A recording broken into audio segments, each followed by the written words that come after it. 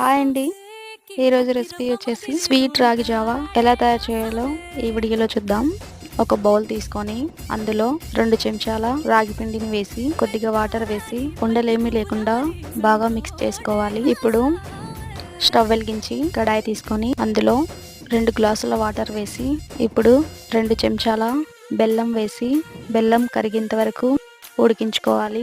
ఇప్పుడు మనం ముందుగా కలిపి పెట్టుకున్న రాగి పిండిని వేసి లో ఫ్లేమ్లో దగ్గర పడేంత వరకు ఉడికించుకోవాలి.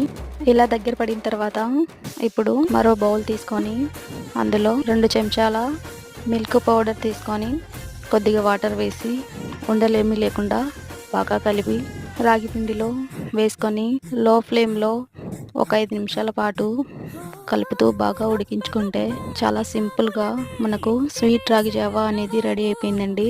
సో దీని టేస్ట్ మాత్రం చాలా బాగుంటుంది.